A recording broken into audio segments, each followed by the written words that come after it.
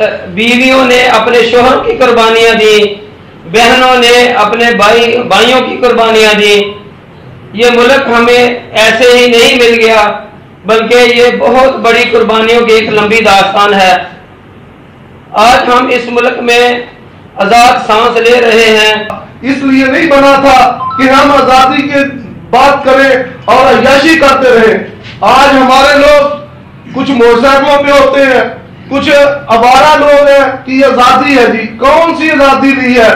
उनको पूछो जिन्होंने अपनी बेटियों की इज्जतें देके ये पाकिस्तान का टुकड़ा हासिल किया। आज हमें पाकिस्तान की कदर इस तरह करनी चाहिए जिस तरह हम ला इलाहा इल्लल्लाह मोहम्मद रसूलुल्लाह की कदर करेंगे तो हमारी फतेह होगी, कश्मीर भी आजाद हो जाएगा, फलस्तीन भी आजाद हो जाएगा। मुसलमान मार क्यों खा रहे हैं? इसी वजह से खा रहे हैं कि वो नमूसे रिसालत के लिए कोई नहीं आवाज उठाते, अपनी अपनी आवाज उठाते हैं कि मेरे साथ ये हो गया, मेरे साथ ये हो गया। लेकिन नबी के नाम के, जब नबी के नाम पे कोई उस पे कोई हरफ आता है तो कोई भी आवाज नहीं उठाता, कोई भी कुछ नहीं करता। मेरी तमाम मुसलमानों से ये मोतबारा अपील है कि जनाब नमूसे रिसालत के लिए भी आवाज उठाएं, क्योंकि नबी है तो हम मुसलमान हैं। अगर नबी का नाम नहीं है तो हम मुसलमान। अल्लाह के जोर गिड़गिड़ा के ये दुआ करें कि अल्लाह इसकी सलामती रख, इसको हमेशा कायम रख। यहाँ पर तेरी इबादत होती हैं, यहाँ पर तेरे नबी का जिक्र अज़कार होता है। यहाँ पर हम जुम्मे की नमाज, पंजगाना नमाज, अस्लाम की तबलीग, दरसुल कुरान की तबलीग, ये किस चीज़ की अलामत है? ये उसी चीज़ की तो अलामत है कि जब 14 अगस्त 1947 को पाकिस्तान मार्ज़ वजूद में आया। मार्ज़ वजूद में आने से पहले हज़रत कायद आज़म ने अपने नजरियात को, करारदाद को, अपनी फिजिबली सर्विस को, अपने अहबाब की लाखों कुर्बानियां देकर इस मुल्क को, मिल्लत कौम के लिए, हमारी माओ, हमारी बहनों, हमारी बेटियों ने, हमारे नौजवानों ने एक सेकंड के लिए भी, एक मिनट के लिए भी गुरेज नहीं किया था। वो आज़ादी देकर, वो कुर्बानी देकर आज ये मुल्क हासिल करके हम सब के लिए छोड़ दिया। उनका मशकूर हूँ कि वो तमाम तंजीमात हाय अंजुमन शहरियाँ, ताजरान और फलाही तंजीमों को ये इकट्ठा करके एक अच्छा मैसेज देते हैं कि हम तमाम शहरी तंजीमात इस मुल्क के लिए इकट्ठे हैं, इस्लाम के लिए इकट्ठे हैं। और अगर पाकिस्तान आर्मी को हमारी ज़रूरत पड़ी तो हम इंशाअल्लाह तमाम तंजीमें इस पाकिस्तान की खातिर इकट्ठी हैं और जान देने से दरेग नहीं करेंगे। पाकिस्तान जिंदाबाद का इजाज़त। अज असी पाकिस्तान का 74वां यौम आज़ादी मना रहे हैं और पाकिस्तान एक वाहद मुल्क है जिसकी बुनियाद इस्लाम के उत्ते रखी गई और दुनिया के उत्ते कोई ऐसा मुल्क नहीं जिसकी बुनियाद कलमा पाक ते और इस्लाम के उत्ते रखी गई होए। कायद आज़म मोहम्मद अली जिन्नाह और अल्लामा इकबाल के ख्वाब के मुताबिक जो इन मुल्क को बनाया गया तो ये सब तो पहली उन्होंने गल है कि इस मुल्क के तकरीर की, तहरीर की, तनकीद की आज़ादी होएगी। इस मुल्क के सियासी, मजहबी, मुआशी, नस्ली आज़ादी होएगी और अलहमदुलिल्लाह काफ़ी हद तक आज़ादियाँ असी इंजॉय कर रहे हैं।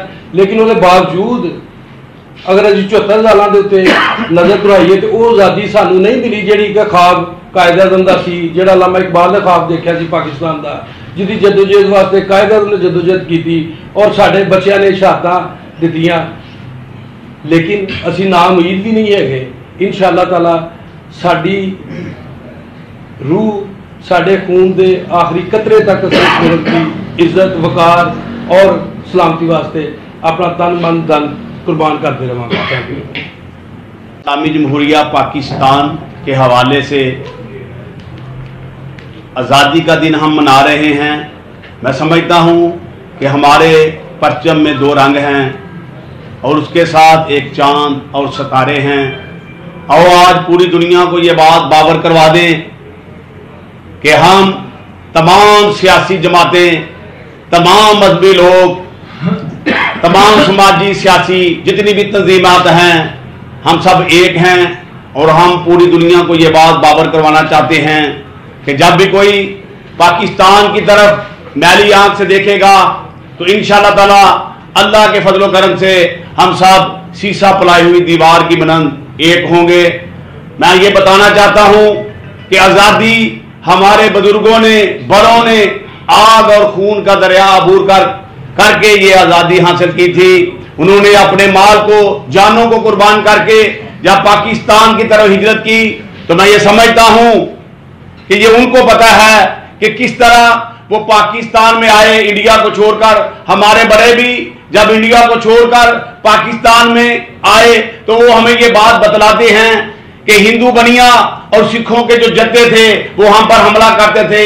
किसी की माएं बहनें लुटी गई, किसी का बाप शहीद हो गया, किसी की मां शहीद हो गई।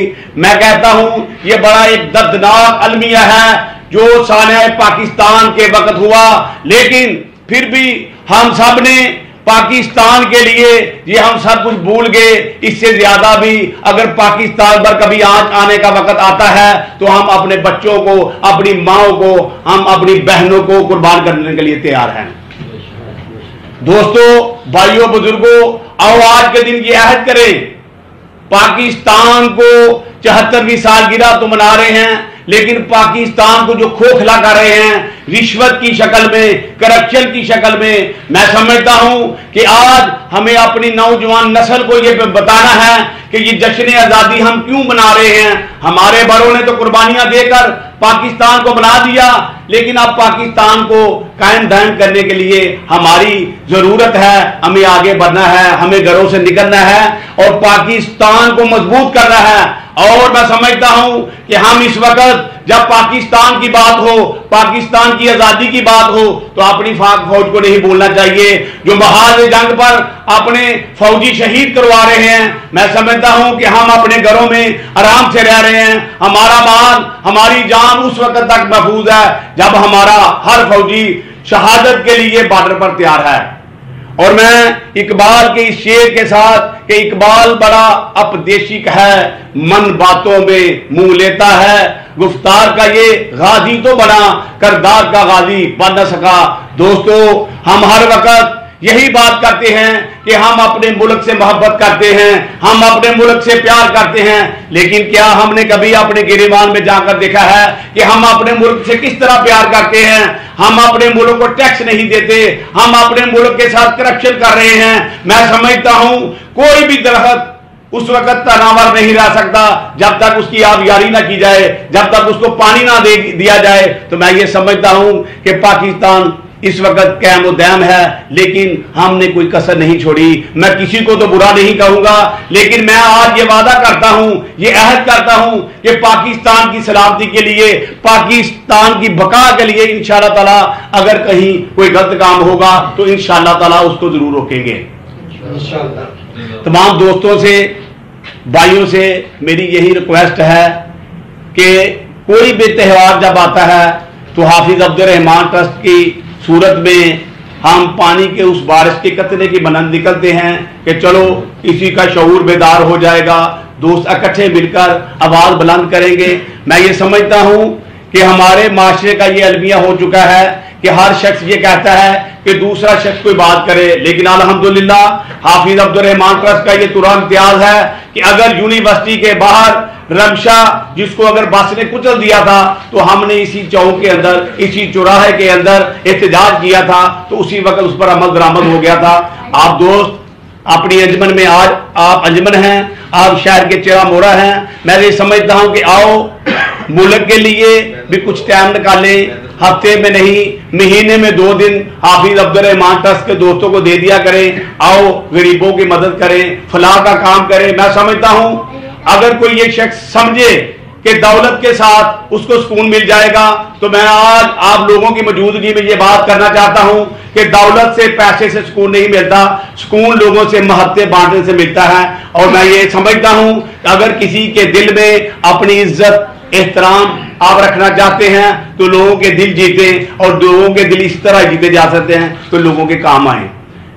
तो मेरा काम गरीबों की हमायत करना और मेरा काम गरीबों की हिमायत करना, दर्दमंदों से, ज़ईफ़ों से मोहब्बत करना। एंड में मैं अपने काउंसलर राम साहब का, मलक जुल्फ़कार साहब का, सलीम भट्टी साहब का, मलक अब्दुल रऊफ़ साहब का, सलीम ज़िया साहब का और मुज़म्मिल हफ़ीज़ बाबर साहब यहाँ मौजूद हैं, और तमाम दोस्तों, हाजी नज़ीर साहब भी हैं, और हमारे सीनियर सहाफ़ी जिन्होंने हमेशा हाफिज़ अब्दुल रहमान ट्रस्ट की कवरेज की है, सगीर शाह साहब, मैं इनको सलाम पेश करता हूँ। ये नारोवाल की वो हस्ती हैं जिन्होंने हमेशा हक और सच लिखा है। तो मैं समझना हूँ कि इस दौर में हक और सच लिखना सबसे मुश्किल है।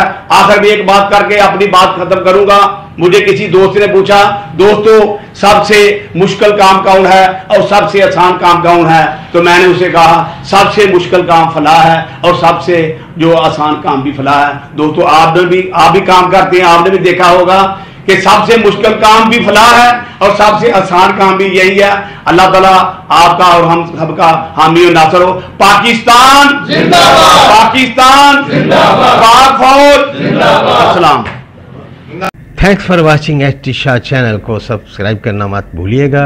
वीडियो लाइक करें, शेयर करें और कमेंट्स ज़रूर लिखें।